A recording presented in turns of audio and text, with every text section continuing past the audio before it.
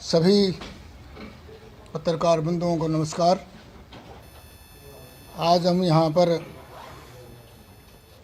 एक आकस्मिक कारण से हमें प्रेस कॉन्फ्रेंस करनी पड़ी है। हम तो हमारे प्रचार में लगे हुए थे। दुर्भाग्य से कह दें या किसी कारण कह दें, कल मुख्यमंत्री महोदय ने एक टिप्पणी ऐसी की है कि उसके बाद चुप रहना किसी भी तरह हमारे लिए संभव नहीं है। मैं पिछले कई दिनों से हर जगह प्रचार में भी और एक विषय रखता आया था कि मुख्यमंत्री महोदय जी जो बोलने की सभ्यता और शिष्टाचार है वो उनमें नहीं है। और वो मेरा जो फरसा कांड की घटना थी वो साल से पुरानी है। दो चार बंधुओं ने मेरे से ये प्रश्न पूछा कि आपने उस समय क्यों नहीं प्रश्न उठाया। मैंने तो इस समय भी प्रश्न नहीं उठाया है। आप पत्रकार लोग पूछते हो तो मैं घटना बता देता हूँ, परंतु आज मैं चुप नहीं रह सकता। उस समय की जो घटना थी उसकी मैं आपको पृष्ठभूमि आज भी उतनी ही ताज़ा है। मुख्यमंत्री जी ने कल सारी सीमाओं को लांघते हुए शिष्टाचार की और ये नहीं देखते हो कि मैं किस पद पर बैठा हूँ, ऐसी बातें की है चुटकुले के रूप में जिसका अर्थ और अनर्थ दोनों ही किसी के समझ से बाहर है। उन्होंने कथूरा गांव में जो बातें कही हैं उसके कई बिंदु हैं। वो कई पॉइंट ऑफ व्यू से मैंने उसको कई बार अच्छी तरह से स्टडी किया है और मैं कोई इसकी प्रतिक्रिया नहीं, मैं उसका विश्लेषण आपके सामने रखूँगा। उन्होंने कथूरा गांव में कहा कि यहाँ का भी एक भाई हमारी टिकट की दौड़ में था और ये योगेश्वर तो नंबर 2 पर था, जबकि प्रदेश अध्यक्ष श्री धनखड़ जी ये कह चुके हैं कि कपूर सिंह नारवाल तो हमारी भाजपा का सदस्य ही नहीं है। और मुख्यमंत्री जी ऐसे कह रहे हैं कि नंबर 1 पर कपूर सिंह नारवाल जी थे, ये तो 2 नंबर पर था। इसको तो जो मैं बात शुरू से कहता रहा हूँ वो बात सिद्ध होगी कि योगेश्वर दत्त टिकट में कहीं नहीं था। जब टिकट किसी ने नहीं ली तो उसके टिकट दे दी गई। अभी कपूर सिंह नारवाल जी ने तो खुद ही टिकट छोड़ी थी और वो कांग्रेस की टिकट चाह रहे थे, उन्होंने भाजपा की टिकट चाही ही नहीं थी। धनखड़ जी कह रहे हमारी पार्टी में नहीं है। जब उन्होंने कहा कि मैंने टिकट चाही तो उन्होंने कहा हमारी पार्टी में नहीं है। तो किस 2 नंबर की और 1 नंबर की बात कर रहे हैं मुख्यमंत्री? इतने बड़े पद पर बैठे हुए आदमी इतनी बड़ी झूठ बोलते हैं तो एक विश्वसनीयता का प्रश्न खड़ा होता है, झूठ और सच का। अब दूसरी बात वो कह रहे हैं, उन्होंने जो चुटकुला कहा वो प्रसाद का कहा है। कई बिंदु हैं, आप लोग उसका विश्लेषण करेंगे तो, और हम विश्लेषण करेंगे तो इसका मतलब भाजपा में जो टिकट है वो प्रसाद और रेवड़ी के रूप में बढ़ता है। कोई योग्यता और ये कोई आधार ही नहीं है। और फिर वो बार बार कहते हैं कि हमने सेलिब्रिटी का ख्याल रखा है। साथ ही वो कहते हैं हमने प्रसाद बांट रहे थे। नंबर 1 पर कपूर नारवाल जी थे। कपूर नारवाल जी कह रहे हैं कि मैंने टिकट ही नहीं मांगी भाजपा की, मैं तो कांग्रेस की टिकट चाहता था। सबने देखा अच्छी तरह। फिर वो उन्होंने तो चुटकुला सुनाया कि मैं आपको चुटकुला सुनाता हूँ कि कपूर नारवाल का तो मतलब निर्भाग था। शब्द बोला उसमें कि उसका तो बागमाड़े थे। बागमाड़े किसको बोलते हैं हरियाणा में? बहुत ही गलत शब्द है। एक सम्मानित व्यक्ति कपूर नारवाल जी, डॉक्टर कपूर नारवाल जी बहुत एक सम्मानित व्यक्ति हैं, सामाजिक व्यक्ति भी है। राजनीति बाद में आती है। और वो उस खाप के हैं, नरवाल खाप। महाराजा ययाति उसके पुत्र अनु और उसकी 9वीं संतान में उसी वर नर नाम के राजा हुए, उसके से नरवाल गोत्र बनाए। उनके बारे में ऐसे शब्द बोल रहे हैं कि वो भीख मांग रहे थे, टिकट मांग रहे थे। वो प्रसाद लेने चले गए मंदिर में, गुरुद्वारे में। एक हाथ में प्रसाद ले लिया और वो पीछे कर लिया और दूसरा, इसका मतलब वो भिखारी हैं क्या? कहीं प्रसाद का किसी गुरुद्वारे में, मंदिर में एक बार से दोबारा प्रसाद लेना कहीं भी अच्छा नहीं समझा जाता। क्या उदाहरण दे रहे हैं? और वो ले लिया और उससे पेट नहीं भरा, इसका मतलब वो तो बिल्कुल ही लालची आदमी है। उनका भी बड़ा अपमान किया गया है, हमारे साथी का, रिस्पेक्टेड साथी का। उसके पश्चात जो तो आगे तुलना की, उससे तो सिर शर्म से ही झुक जाता है कि वो हाथ पीछे कर लिया और एक हाथ दूसरा हाथ आगे कर, पिछले हाथ में से कुत्ता उसको उठा कर ले गया। आप टिकट की तुलना कर रहे हो, वो टिकट कौन लेके गया जी? फिर आप लोग बोलिए, योगेश्वर दत्त को वो टिकट दी, उसकी तुलना किससे कर रहे हैं कि वो टिकट का इतना भूखा था कि वो झपट के ही ले गया पीछे से, और बोला वो वैसे का वैसा रह गया, उसको वो भी नहीं मिली। मैं ये बात पूछना चाहता हूँ मुख्यमंत्री महोदय जी, आप सामान्य शिष्टाचार, सामान्य रीति रिवाज, हरियाणा की संस्कृति को जानते भी हैं क्या? अरे प्रसाद की लाइन है, गुरुद्वारा है, वहाँ पर कुत्ता कहाँ से आ गया? पूजा होती है तो हम कुत्ते को वहाँ घुसने ही नहीं देते। कुत्ता प्रसाद झपट देगा तो वो मंदिर, मस्जिद, गुरुद्वारा क्या चीज़ है? वो धर्म स्थान में आता है क्या कुत्ता पूजा के समय? ये बहुत शर्मनाक बात है। और इससे यह भी साबित होता है धर्म स्थान का भी अपमान है, उस समाज का भी अपमान है जिस समाज, जो समाज चौड़ा छाती लेकर के योगेश्वर दत्त के लिए घूम रहा है। हम उनको विश्वास ये पूछना चाहते हैं कि ऐसा किसी के भी प्रति ऐसा शब्द, इंसान मात्र के शब्द, मैं इसको जातिगत रंग नहीं देना चाहता किसी भी तरह, ये एक इंसानियत का अपमान है, बहुत बुरा अपमान है, बहुत बुरा अपमान है। और कुत्ते के गुरुद्वारे के अंदर दिखाना, ये धार्मिकता का भी अपमान है। ऐसी भाषा किसी भी तरह शोभनीय नहीं है। ये मैं बार बार कहता रहा हूँ कि ये शब्द मुख्यमंत्री जी को बोलने का पता नहीं है। अब आप अंदाज़ा लगा लीजिए कि मेरे को क्या शब्द बोल रहे थे, वो गलत थे या सही थी, आप अंदाज़ा लगाइए, उन्होंने बोल रहे हैं इसका मतलब। और दूसरी बात, और एक घटना और हुई कल, जेबीटी के कुछ अध्यापक वहाँ पर बार बार बेचारे कह रहे थे हमारी पोस्ट निकाल दो, तो उन्होंने कहा तुम्हारे को उठा के फेंक देंगे। वही गर्व, वही अहंकार अब तक है। तो भाई मैं आप लोगों से यही नम्र निवेदन करना चाहता हूँ, बड़ौदा की बहादुर जनता से, और मैं प्रधानमंत्री महोदय से भी अपील करता हूँ कि ऐसे आदमी को आपने मुख्यमंत्री के पद पर बिठाया है। मैं पहले भी अपेक्षा करता था उस फरसा कांड के समय कि वो संज्ञान लेंगे, वो अब तक भी संज्ञान नहीं ले रहे। वो संज्ञान लें इस बात का, और ऐसे आदमी को तुरंत अपने पद से, इस मुख्यमंत्री के पद से बर्खास्त करें। समाज का अपमान किया, और ये सर्व समाज का, सर्व धर्म का, गुरुद्वारे का, मनुष्य मात्र का और ब्राह्मणों का, वो फरसा जो कांड था वो केवल ब्राह्मणों का अपमान नहीं था, भगवान परशुराम का अपमान था। और भगवान परशुराम किसी जाति विशेष के नहीं है। भगवान का अपमान करते हैं, इंसान का अपमान करते हैं, पशु पक्षी का अपमान करते हैं, कुत्ता का भी अपमान ही किया वहाँ क्या करके, वीरवा लालची कुत्ता था। तो ऐसे मुख्यमंत्री को तुरंत बर्खास्त करें, और नहीं तो हमें सोचना पड़ेगा। मैं व्यक्तिगत रूप से इस बात को सोचना पड़ेगा, हम समय भी देंगे। यदि उसको बर्खास्त नहीं करते तो हो सकता है आमरण अनशन पर भी मेरे को बैठना पड़े। इस बात को बिल्कुल सहन नहीं किया जाएगा। ये कोई तमीज़ की हर सीमाएं पार हो चुकी इससे। कोई प्रश्न? हाँ, कुलदीप जी बोलेंगे। धन्यवाद डॉक्टर साहब। मैं सबसे पहले तो सारे मीडिया के साथियों का मैं धन्यवाद करता हूं। सारे मीडिया के साथियों का मैं धन्यवाद करता हूं, छायाकार बंधु, हमारे इलेक्ट्रिशियन मीडिया, सारे मेरे सम्मानित प्रेस के साथियों। जिस प्रकार अभी डॉक्टर साहब ने बताया, ये एक विषय, एक जाति विशेष का विषय नहीं है। मैंने भी वो वीडियो अच्छे से देखी। गंभीर या तो दूर चला, परन चला जाओ थोड़ा।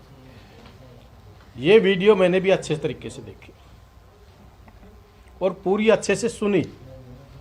आँख, नाक, कान कहते हैं, सारे सिंध खोल के पूरे ठंडे दिमाग से सोची। जिस प्रकार से आदरणीय मनोहर लाल खट्टर जी इस प्रदेश के मुख्यमंत्री हैं, और जो इस प्रदेश की कुर्सी पर बैठता उस प्रदेश का मालिक होता है। पहले, आज से 1 साल पहले, हमारे डॉक्टर साहब ने जब मुकुट भेंट किया तब ब्राह्मण समाज की गर्दन काटने की बात करी। ब्राह्मण समाज का मतलब ये उन्हीं के समाज से आते हैं कि तेरी गर्दन काट दूंगा। आज सबसे पहले तो उस वीडियो से और मुख्यमंत्री के बयान से ये साबित होता है कि इनमें कितना अहंकार है, कितना घमंड है सत्ता का। पहला अपमान कथुरा गांव के किया, जिस गांव में सभा कर रहे थे आदरणीय डॉक्टर कपूर सिंह नरवाल जी। उस पूरे गांव का डॉक्टर कपूर सिंह नरवाल को जितनी छोटी जो तुच्छ बातें कह के एक मुख्यमंत्री ने ईशोबानी देता, पूरे कथुरा गांव का, पूरे बड़ौदा का अपमान किया। दूसरा, जिस प्रकार से वो जो मुख्यमंत्री जी भाषण देते हुए जो दोहा सुना रहे हैं, चुटकुला सुना रहे हैं, देखिए आप मीडिया के सितम है, हमारे एक एक पल की नज़र आपकी पल, एक एक पल की नज़र लोगों पर रहती है। पर जिस प्रकार से उन्होंने वो उदाहरण दिया, पहली बात एक ब्राह्मण समाज का अपमान नहीं, एक अंतर्राष्ट्रीय पहलवान रहा जो ये कहते हैं हम सम्मान देते हैं, हमने सम्मान के रूप में टिकट दिए। क्या यही सम्मान है? कहते हैं कि एक गुरुद्वारा में प्रसाद बट रहा था, प्रसाद लेने के लिए एक आदमी चला गया, उसने प्रसाद ले लिया,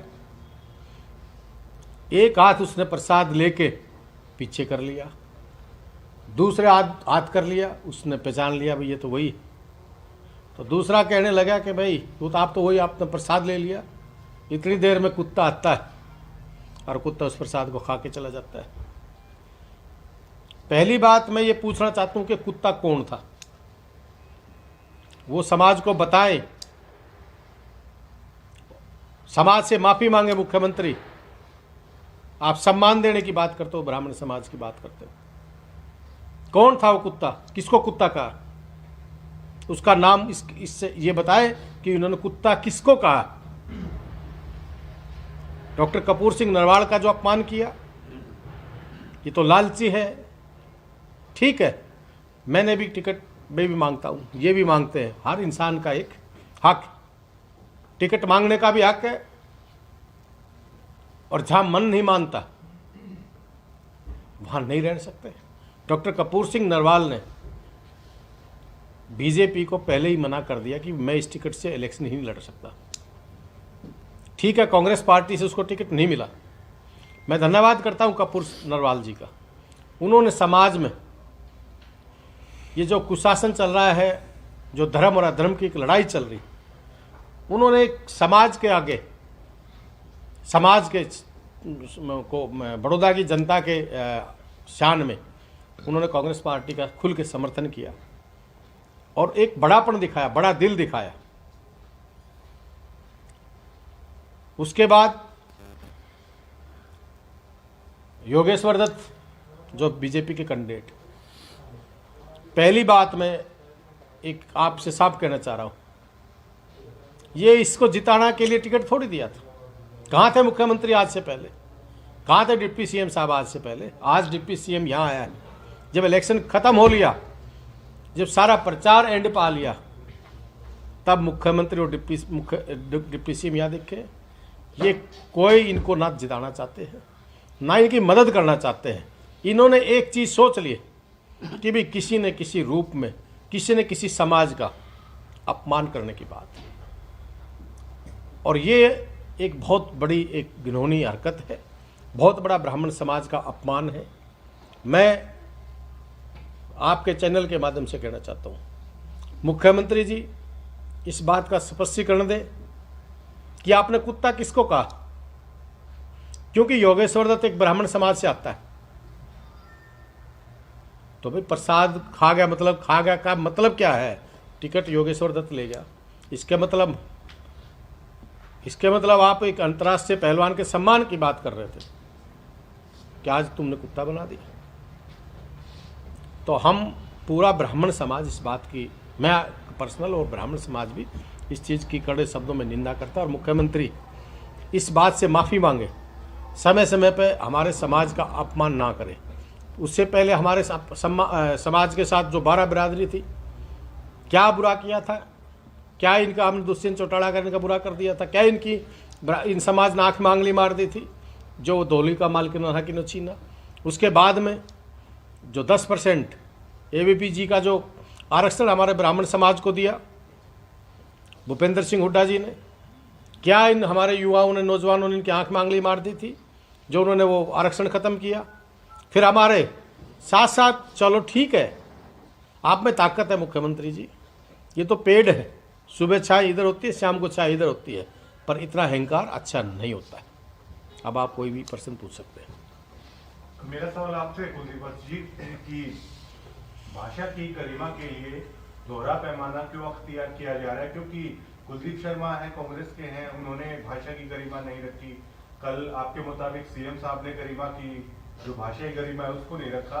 दोस्तों, जनता तो तमाशा दोनों पार्टियों का देख रही है, इसके बारे में आप क्या सोचते हैं? दूसरा सवाल ये है, कल जागसी गांव में सीएम साहब का काफी विरोध वहां पे हुआ था, तो उस विरोध को कुलदीप किस नजरिए से देखते हैं? देखिए, कुलदीप शर्मा हमारे कांग्रेस के लीडर, उन्होंने, मैं भी कहता हूँ गलती की, पर उन्होंने तुरंत उसी टाइम उनसे जोश में कोई शब्द निकल गया ना। मैं तो कहता हूँ सर्व समाज, सभी खाप हमारे लिए भगवान का रूप है, 36 बिरादरी हमारे लिए भगवान का रूप है। उन्होंने तुरंत प्रभाव से उसी टाइम अपनी गलती मान ली, और गलती मीडिया के सामने आके गलती मान ली। मुख्यमंत्री भी आए और समाज से माफ़ी मांगे कि भाई या तो उसका स्पष्टीकरण दे समाज से। देखो, गलती इंसान से हो जाती है, कई बार मेरे से भी कोई गलत शब्द ना कहने चाहते हो तो निकल जाता है, तो उसका समाज से गलती माने। बार बार क्यों हो रही है गलती? बार बार पहले डॉक्टर साहब का इन्होंने परसा दिया, ब्राह्मण समाज ने इनकी गर्दन काटी, क्यों? क्या हो रहा है, क्या कारण है? रही बात ये विरोध, तो इन्होंने पता लगता, जो प्रदेश अध्यक्ष जी आते हैं कितनी बड़ी झूठ बोल गए कि कपूर सिंह नरवाल बीजेपी का सदस्य नहीं था, तो भाई क्यों साथ रखा करते? उसके साथ धोखा किया, इसके मतलब उसके बाद प्रदेश अध्यक्ष आते हैं, पूरे हरियाणा की गाड़ियां झज्जर टोल पे बुला लेते हैं, बेरी पे, वहां इकट्ठे हो जाओ। क्या डर है भाई? प्रदेश अध्यक्ष जी को क्या डर है? क्या खाएगा? क्यों इतने डरे हुए हैं? जनता के बीच में अगर आपने काम किए, अगर आप जनता का आपने सम्मान किया, तो आप मतलब वो चीज़ आते। पर हम आज उस चीज़ पे नहीं जाते, किसका विरोध हुआ, किसका नहीं हुआ, कौन क्या कर रहा है। पर ये जो आज इन्होंने बेइज्जतियाँ की, कुथुरा गांव की भी बड़ी बेइज्जती की है। उसी के गांव में उसी के बेटे को अपमानित करने का काम कर रहे हो आप। एक डॉक्टर कपूर सिंह नरवाल एक जिम्मेवार आदमी है, एक अच्छे खानदान से, एक पढ़ा लिखा आदमी है वो। दूसरा, जो समाज का, हमारे समाज का योगेश्वर दत्त, जो हमारे समाज का कैंडिडेट है, जो ब्राह्मण समाज का, वो टिप्पणी भी मुख्यमंत्री जी ने गलत किया। आप इस बात के लिए माफ़ी मांगे, हम मुख्यमंत्री से यह मांग करते हैं। वरना आने वाला समय मुख्यमंत्री जी का ब्राह्मण समाज हर जगह, हर रोड से लेके और हर मोड़ तक, हर विधानसभा तक हम इसका विरोध करेंगे, और इसको इस आने वाले समय में इसका भुगतान इसने भुगतना पड़ेगा। कुलदीप जी, ये तो लोकोक्तियां हैं, चुटकुले हैं, जिनके माध्यम से किसी बात को बताया जाता है कि ये बात ये है। आप उस चुटकुले को इससे क्यों जोड़ के चल रहे हैं कि वो कुत्ता उसी को बोला? वो तो एक उसकी अपनी कहानी। देखिए, मैंने क्या कहा आपने पहले समझा, सुना। मुख्यमंत्री जी इस बात का स्पष्टीकरण दें कि वो कुत्ता कौन था।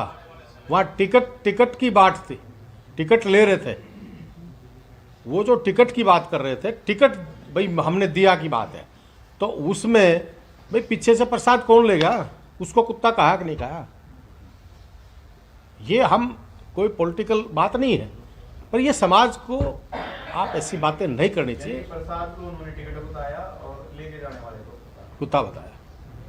टिकट को प्रसाद बता दिया और ले जाने वाले को कुत्ता बता दिया। तो हम तो यही तो बात कर रहे हैं कि मुख्यमंत्री जी इतने घमंड में चूर हैं।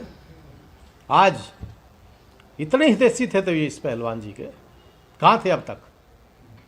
मैं वही तो कहना चाह रहा हूँ, ये इनकी राजनीतिक लूट झूठ खसूट और फूट की राजनीति करते हैं और जनता, बड़ौदा की जनता नहीं, हरियाणा की जनता इनसे एक एक बात का बदला देगी। आप लोग कहते हैं कि हमें चाहे आमरण अनशन पे बैठना पड़े, आंदोलन करना पड़े, तो ये कोई अल्टीमेटम कितने दिन का, कितने टाइम का? देखिए, ये डॉक्टर साहब ने कहा, पर मैंने, चाहे वो धौली वाला मुद्दा था, चाहे वो आरक्षण वाला एपीजी वाला मुद्दा था, जहाँ तक जिस समाज से मैं आता हूँ उस समाज के कोटे की मैं खाता हूँ, चाहे टिकट लेता हूँ, चाहे कोई बात करते हूँ, उस समाज का, ये पॉलिटिकल बात से हटा दो, उस समाज का अपमान मैं बर्दाश्त नहीं करूँगा। तो मुख्यमंत्री अगर माफ़ी नहीं मांगता है तो हम मुख्यमंत्री के खिलाफ एजिटेशन करेंगे, 100% उससे जवाब मांगेंगे और जिला वाइज इस चीज़ का हम इनका विरोध भी करेंगे। जहाँ जाएंगे इसको हम इस बात का आने वाले समय में जब आगा तो हम इसका पूर्ण रूप से को जवाब। थोड़ी वाले मुद्दे में आप क्यों जिम्मेदार मानते हैं? तो कौन जिम्मेवार है आप बताइए? कुलदीप वत्स है मुख्यमंत्री, या डिप्टी सीएम कुलदीप वत्स है, या डॉक्टर हर्षवर्धन मोहन बाजे, या कौशिक साहब हैं? कौन है? जिसकी कलम से कैंसिल हुआ वो रामविलास शर्मा थे, उस चेयरमैन। मुख्यमंत्री थे, कंवरपाल गुर्जर थे, अपना ये ओम प्रकाश धनखड़ जी थे, ये कमेटी के चेयरमैन थे। हमारे पास प्रूफ है। और कौन जिम्मेवार है आप बताइए? अगर वो जिम्मेवार नहीं है तो आप बता दीजिए कौन है। सर, ब्राह्मण समाज जो कि हमारी संस्कृति में काफी अहम स्थान रखते हैं, हमारी संस्कृति को सजोते भी हैं, तो जमीनें ली गई सर आप लोगों की, इस तरह की टिप्पणी आपके समाज में की जा रही, तो क्या आप ये मान के चला जाए कि बीजेपी राज में ब्राह्मण समाज के हित कतई भी सुरक्षित नहीं है? देखिए, 100% ब्राह्मण समाज के हित बिल्कुल सुरक्षित नहीं है। मैं तो ब्राह्मण समाज की बात नहीं करता, मैं तो 36 बिरादरी की बात करता हूँ। आज ऐसा माहौल, ऐसी गवर्नमेंट जिसने सभी समाज को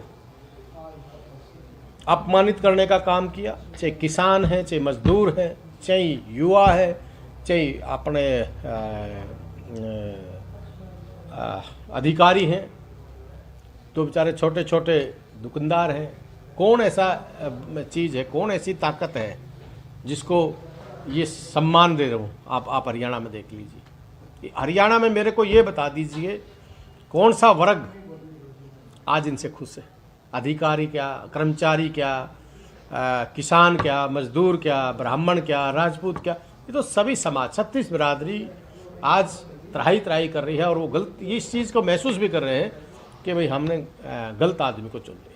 आप लोग कहते हैं तो ब्राह्मण समाज का सम्मान नहीं है, उन्होंने पहले भी योगेश्वर दत्त को टिकट दी, अब फिर टिकट दे दी। ये एक चीज़ बता दीजिए, इनने तो भाई को भाई से लड़ाने में मजा आते हैं। योगेश्वर को टिकट दी, मानता हूँ मैं, दे दी।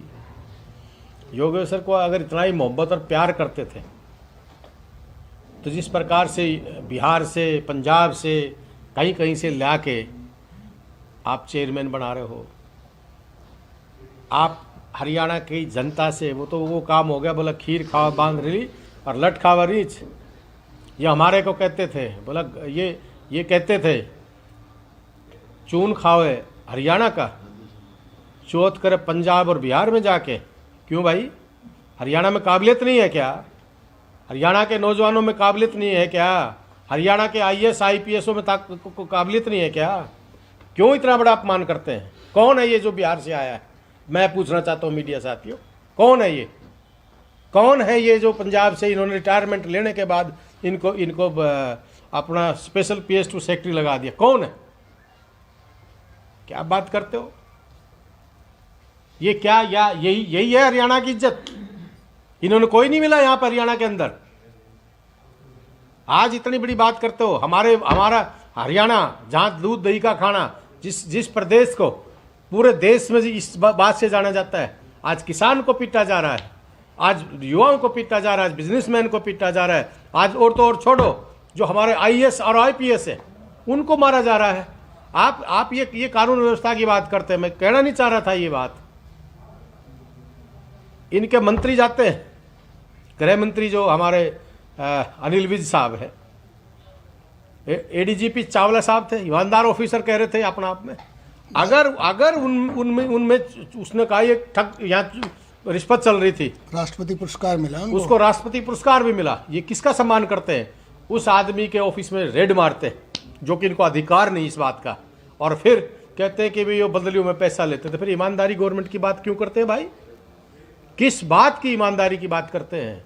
आज प्रदेश के अंदर लूट खसूट फूट इसकी राजनीतिक चली हुई है, और आने वाला जो समय है, हरियाणा की जनता इनके दो मुँह इनके सबको पहचान चुकी है। और जेजेपी और बीजेपी ये गठबंधन नहीं है, ये ठगबंधन है। जो आज यहाँ डिप्टी सीएम आ रहा है वो सबसे बड़ा ठगबंधन है। आप इसका इतिहास उठाइए, 1 साल पहले का, मीडिया के साथ ही बैठे आपने देखा था। क्या कहता था भाई माननीय मुख्यमंत्री श्री मनोहर लाल खट्टर जी के बारे में? दुष्यंत चौटाला क्या कहता था? यमुना पार भाई ब्याह खट्टर का, फोटू मोदी का, और बोला भाई सारे तगड़े हो जाओ, बोले इनका यमुना पार भेजेंगे। क्या किया? हरियाणा की जनता को बेचने का काम किया, उनकी गोदी में बैठ गया। एक भाई क्या कहता था, जो कल खट्टर साहब के पैरों में हाथ लगा रहा था, वो भाई क्या कह रहा था? दिग्विजय सिंह क्या कह रहा था कि जो मुख्यमंत्री जिस खट्टर ने, मुख्यमंत्री नहीं, जिस खट्टर ने थारे नौजवानों पे गोलियों से भुनवाया, वो कौम का हितैषी नहीं हो सकता। जो खट्टर को वोट देगा वो कौम का गद्दार होगा।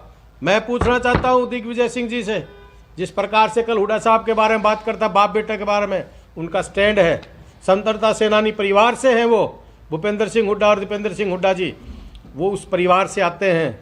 तुम्हारे तरिया नहीं, पैसे के लिए सब कुछ कर सकते हो। और आज वो हरियाणा की जनता के सामने आ भी रहा है।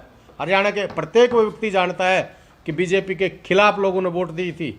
जिस प्रकार से ये बात करते थे, विकास की बात करते थे, भाई कह रहा है, एक भाई कह रहा है बोला किसान पे लाठीचार्ज ही नहीं हुआ। एक हमारे अध्यक्ष जी कहते हैं भाई बहुत बुरा हुआ। एक दिग्विजय सिंह कहता है ये एक लाठी चौधरी देवलाल के परिवार पीठ पे पड़ी है। एक कहता है ये तो लाठीचार्ज हुआ ही नहीं। क्या है ये?